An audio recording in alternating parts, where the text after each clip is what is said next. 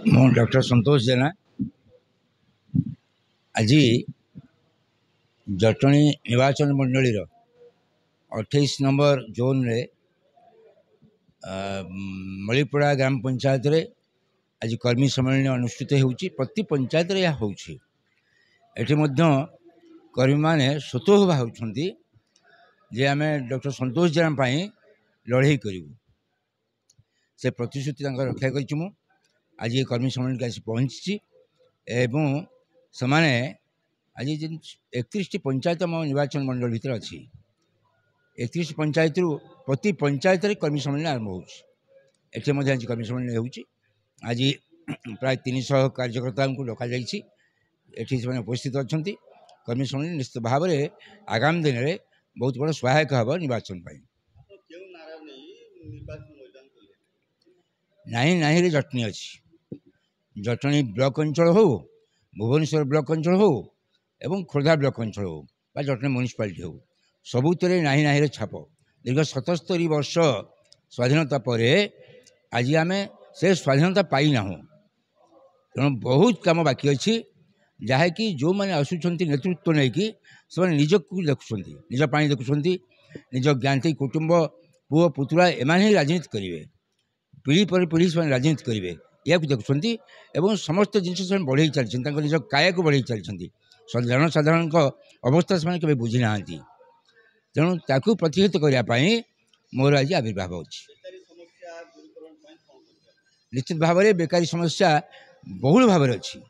ଜଟଣୀରେ ବହୁ ଗୁଡ଼ିଏ ଅନୁଷ୍ଠାନ, ଜଟଣୀ ଟାଉନ୍ ଏବଂ ଭୁବନେଶ୍ୱରରେ ମଧ୍ୟ ବହୁତ ଗୁଡ଼ିଏ ଅନୁଷ୍ଠାନ ହୋଇଯାଇଛି। ସେ ଅନୁଷ୍ଠାନରେ ବାହାରୁ ଆସାମ, ଗୁଜୁରାଟ, ବିହାରରେ ସେ ଟେମ୍ପୋରାରୀ ସର୍ଭିସ୍ ସବୁ ଅଛି, ସେମାନେ ଆସି ଚାକିରି କରୁଛନ୍ତି। ଜଟଣୀ ଜନସାଧାରଣ କିଛି ଉପକୃତ ହେଉନାହାନ୍ତି ଏବଂ ଗୋଟେ ଏଜୁକେସନାଲ ହବ୍ ହୋଇଥିଲେ ମଧ୍ୟ ସେଠି ମଧ୍ୟ ଜଟଣୀର ବାସୀଙ୍କ ପାଇଁ କିଛି ସୁବିଧା ସୁଯୋଗ ନାହିଁ। ନା ଚାକିରିର ସୁବିଧା ସୁଯୋଗ, ନା ପଢ଼ିବାର ସୁବିଧା ସୁଯୋଗ। ସେ ସୁବିଧା ସୁଯୋଗ ସବୁ ନେଉଛନ୍ତି ବାହାର ଲୋକ। ତେଣୁ ତାକୁ ମଧ୍ୟ ଆମେ ପ୍ରତିହିତ କରିବୁ। ଏମ୍ସ ମଧ୍ୟ ଗୋଟେ ବଡ଼ ଅନୁଷ୍ଠାନ ଅଛି, ଯାହାକି ପ୍ରତିଦିନ 4000 4,500 ଲୋକ ଆସୁଛନ୍ତି ସେଠି। କିନ୍ତୁ ଆମ ସାଧାରଣ ଲୋକ, ସାଧାରଣ କାର୍ଯ୍ୟକର୍ତ୍ତା ଏବଂ ସେଠାକାର ଲୋକାଲ କାର୍ଯ୍ୟକର୍ତ୍ତା, ଲୋକାଲ ଲୋକ ମଧ୍ୟ ସେ ଫ୍ୟାସିଲିଟି ସୁବିଧା ସୁଯୋଗ ପାଉନାହାନ୍ତି ସେଠି। ତାକୁ ମଧ୍ୟ ଆମେ ଡିମାଣ୍ଡ କରିଛୁ ଯେ ସେଠି ଲୋକାଲ ଫ୍ୟାସିଲିଟି ମିନିମମ୍ 20% 25% ଦିଆଯାଉ। ଆହୁରି ଅନେକ ସମସ୍ୟା ଅଛି। ସମସ୍ୟାକୁ ଦୂରୀକରଣ କରିବା ପାଇଁ ଆମେ ଆଜି ନିର୍ବାଚନ ମଇଦାନରେ ପ୍ରତିଦ୍ୱନ୍ଦିତା କରିବା ପାଇଁ ନିଷ୍ପତ୍ତି ଜନସାଧାରଣଙ୍କ ସହିତ ମୁଁ ନିଷ୍ପତ୍ତି ନେଉଛି।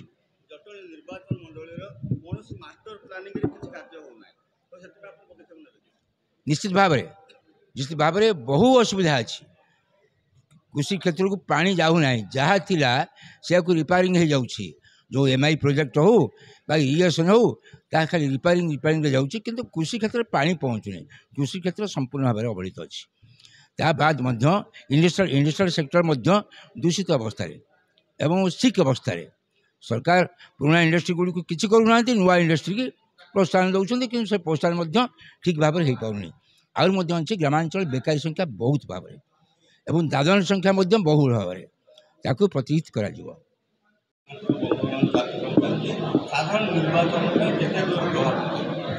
ଆଜ୍ଞା ଦେଖନ୍ତୁ, ଆଜି ଆମେ ନିଷ୍ପତ୍ତି ନେଇଛୁ ସର୍ବପ୍ରଥମ ଭୁବନେଶ୍ୱର ବ୍ଲକ ଅନ୍ତର୍ଗତ ଗଡ଼ମଳିପଡ଼ା ଗ୍ରାମ ପଞ୍ଚାୟତର ଆଜି ହେଉଛି ଗୋଟେ କର୍ମୀ ସମ୍ମିଳନୀ ଏବଂ ଏଇଟା 8 ଗୋଟି ଗାଁକୁ ନେଇକି ହେଉଛି ମଳିପଡ଼ା ଗ୍ରାମ ପଞ୍ଚାୟତ। ଏଇ 8 ଗୋଟି ଗାଁର ପ୍ରତ୍ୟେକ ଗାଁରୁ ଆମେ ନିଷ୍ପତ୍ତି ନେଇଛୁ 10ରୁ 15ଟି ଲୋକ ଆମର କର୍ମୀମାନଙ୍କୁ ନେଇକରି ଆଜି ଏ ସମ୍ମିଳନୀଟି କରାହେଉଛି ଏବଂ କର୍ମୀ ସମ୍ମିଳନୀ ସାଙ୍ଗରେ ଗୋଟେ ବନ୍ଧୁ ମିଳନ ଉତ୍ସବ ଆମେ ପାଳନ କରୁଛୁ ଆଗାମୀ 2024 ବିଧାନସଭା ନିର୍ବାଚନ ପାଇଁ। ଏଟା ଆମେ ବଡ଼ ଧରଣର ମିଟିଂ କରୁନାହୁଁ ଏଇଥିପାଇଁ, ଗୋଟେ କର୍ମୀ ସମ୍ମିଳନୀ ଆଉ ବନ୍ଧୁ ମିଳନ ଉତ୍ସବ, ତେଣୁ ଆକୁ ବଡ଼ ଆକାରରେ ନ କରିକିରି ଆମେ ଆମ ବନ୍ଧୁମାନଙ୍କ ସହିତ ଯୋଗାଯୋଗ କରିବୁ। ଆସନ୍ତା ବିଧାନସଭା ନିର୍ବାଚନ କିଭଳି ପରିଚାଳନା କରାଯିବ, କିଭଳି ସମସ୍ତଙ୍କ ସହିତ ସମନ୍ୱୟ ରକ୍ଷା କରି ବିଧାନସଭା ନିର୍ବାଚନରେ ଆମେ କେମିତି ଜିତିବା, ଏଇ ପଞ୍ଚାୟତ ନୁହଁ, ଆମେ ଏମିତି ସମସ୍ତ ଗ୍ରାମ ପଞ୍ଚାୟତରେ ମଧ୍ୟ କରୁଛୁ। କାହିଁକିନା 31ଟି ଗୋଟି ଗ୍ରାମ ପଞ୍ଚାୟତକୁ ନେଇକି ଜଟଣୀ ନିର୍ବାଚନ ମଣ୍ଡଳୀ ଆଜ୍ଞା 23ଟି ୱାର୍ଡ଼ ମଧ୍ୟ ଅନ୍ତର୍ଭୁକ୍ତ ସେଥିରେ ରହିଛି ଜଟଣୀ ମ୍ୟୁନିସିପାଲିଟି। ସବୁ ଜାଗାରେ ଏଭଳି କାର୍ଯ୍ୟ ଆମେ କରୁଛୁ ଏବଂ ଆମେ ନିଶ୍ଚିତ ଚିନ୍ତା କରୁଛୁ ଜନସାଧାରଣଙ୍କର ଯେଉଁଭଳି ଆଶୀର୍ବାଦ ସ୍ନେହ ଶ୍ରଦ୍ଧା ଆମ ପ୍ରତି ରହିଛି, ଆଗାମୀ 2024 ବିଧାନସଭା ନିର୍ବାଚନରେ ଦଳ ଆମକୁ ଟିକେଟ ଦେଉ ବା ନ ଦେଉ, ଆମେ ନିର୍ଦ୍ୱନ୍ଦ୍ୱରେ ମଧ୍ୟ ନିର୍ବାଚିତ ହୋଇପାରିବୁ। ନିର୍ଦ୍ଦଳୀୟ ଦୃଷ୍ଟିକୋଣରୁ ଏକୁ ନେଇକରି ଆମର ପର୍ଯ୍ୟାୟ ଚାଲିଛି। ଆଉ आरंभ हाँ मु हूँ जयंत साहू घर हूँ छतावर मु हाँ आपण जो प्रश्न पचारे संतोष जेना को नेता बोली आम कहीं बाछिलु समस्ते माने राजनीति करने कि राजनीति कलापर जनसेवा करती ये किंतु राजनीति ऊर्ध्वे जनसेवा कर लोक मैंने सरकारी पैसा जनसेवा करती किंतु ये तांको निज पैसा जो हिसाब से जनसेवा करुँच सरकारी पैसा ताकू देखिकी पछरे बर्तमान योजना कराऊँ ना यहाँ कले भल हम हाँ तेणुक संतोष जेना एभली जड़े व्यक्ति जे कि से व्यक्ति विशेष होती नहांती से गोटे अनुष्ठान रे परिणत हो गले जहाँ को माने सी जदि यही कार्यक्रम कर निज हाथ निज पकेट्रु जो मैंने पकेट्रु भर्ती करने चेष्टा कर लोक मैंने से जगार ये जदि सी लोक मान एत आम राजनेता करा सी जदि से पवित्र स्थान को जीवे ताले निश्चित भाव आम अंचल उन्नति हो पार एथि आम नेता बोली बाछिछु।